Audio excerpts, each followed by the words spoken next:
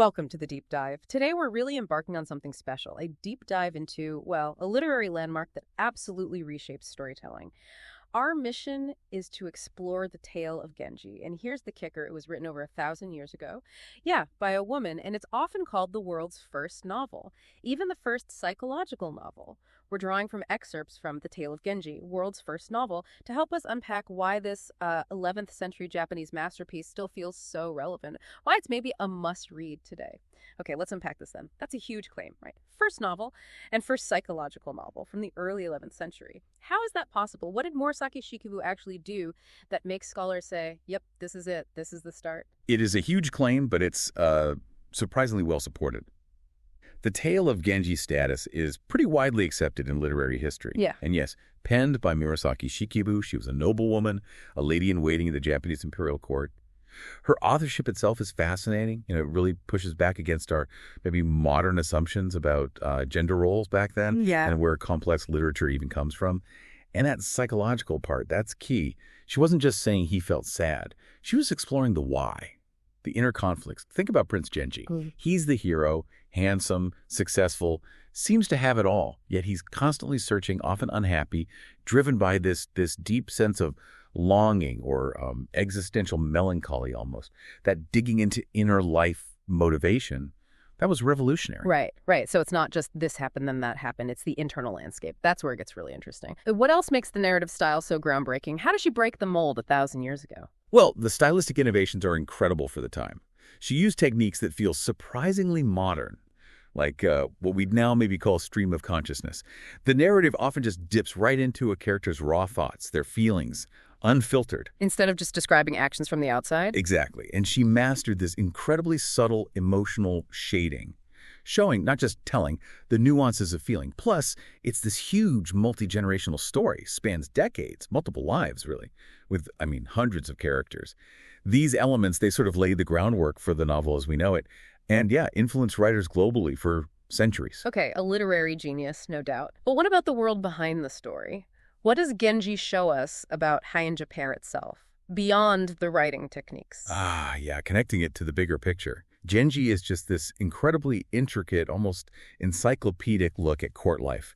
You get the aesthetics, the complex rituals, the really rigid social hierarchies, everything that defined life in 11th century Kyoto in the Heian period. It's more than a story. It's like a time capsule. That sounds incredibly rich. You mentioned aesthetics, rituals. Can you make that more vivid for us? What did it feel like, sound like, look like? Help us picture it. Okay, imagine stepping into a world totally dominated by beauty. Poetry wasn't just art, it was communication, especially in courtship. Calligraphy mattered immensely. There was this intense sensitivity to the seasons, reflected in everything, clothing, garden design, even the choice of paper for a letter. Murasaki goes into such detail, the layers of colored silk robes, how gardens were laid out, the architecture of the palaces, the specific types of court music. Wow. It gives you this incredibly vivid immersion. You feel the textures, you almost hear the music. Every little thing, every gesture, every poem exchange, it was loaded with meaning, reflecting your taste, your status. So we've got this amazing literary innovation, this incredibly detailed world.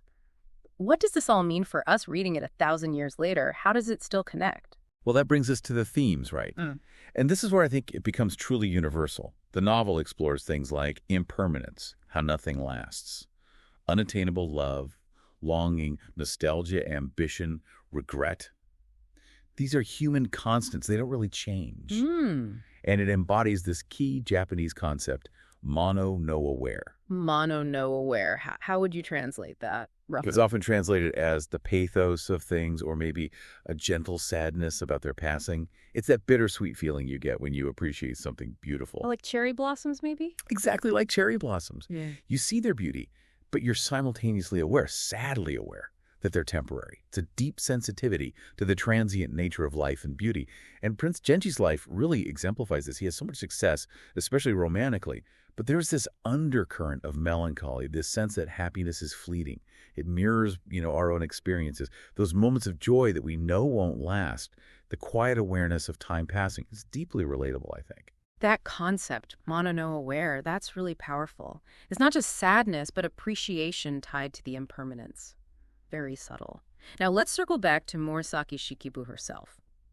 As a woman writing this epic, focus largely on a male protagonist. How did her perspective shape it? That's a great question. And what's really striking is, yes, Genji's the center, but the novel offers this subtle, yet pretty pointed critique of male behavior, their privilege, their often selfish actions. But maybe more importantly, there's profound empathy for the women, for their restricted lives within that court society. She gives them such rich inner lives. So it's not just about Genji's conquests. Not at all. She spends so much time exploring the feelings, the frustrations, the quiet resilience of the women around him, their limited choices, their agency, however constrained.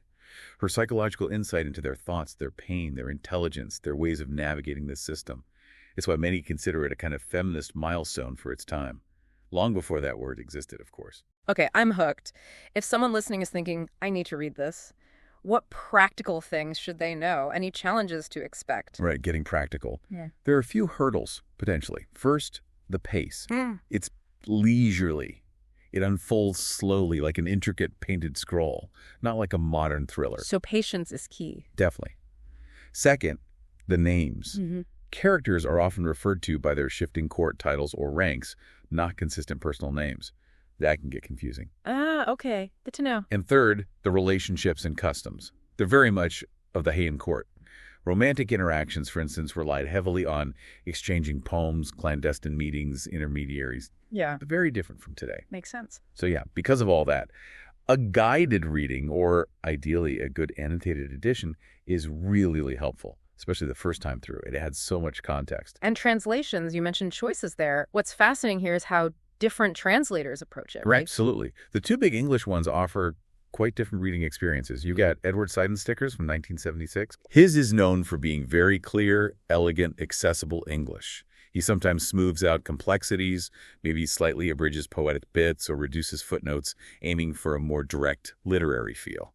Great for a first read, perhaps. Easier entry point, maybe. Potentially, yeah. Then you have Royal Tyler's translation from 2001. This one is much more faithful to the original's feel, the courtly language, the formality, the structure.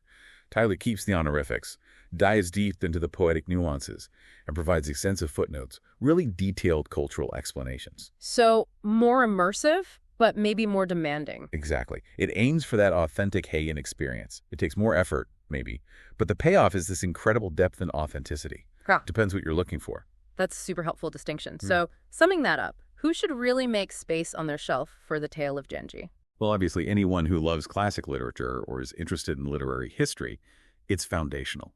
Also, big recommendation for fans of psychological fiction, those character-driven narratives where the inner life is paramount. And of course, anyone curious about Japanese culture, history, art, aesthetics, it's an unparalleled source. Plus, students of gender studies, philosophy, Eastern literature, it offers so much to explore in those fields. It really sounds like an incredible undertaking reading it, but also incredibly rewarding, spanning centuries, cultures, the depths of human feeling. That's a good way to put it. The final verdict. The tale of Genji is just so much more than a story. It's a window, isn't it, into a lost world. It's a deep philosophical reflection on time, love, beauty, a celebration of refinement, but also of complex, messy humanity. It does demand patience, absolutely. But the emotional depth, the cultural richness, I'd say it's pretty much unmatched. A true must-read for any serious reader. Which leaves us with a thought, doesn't it? This raises an important question for you, listening. How can a text from 1,000 years ago, from what seems like such a different world, speak so directly to our own lives, offer insights into being human that still feel so true, so resonant today? It really reminds you of the timelessness of it all, doesn't it? Something to mull over.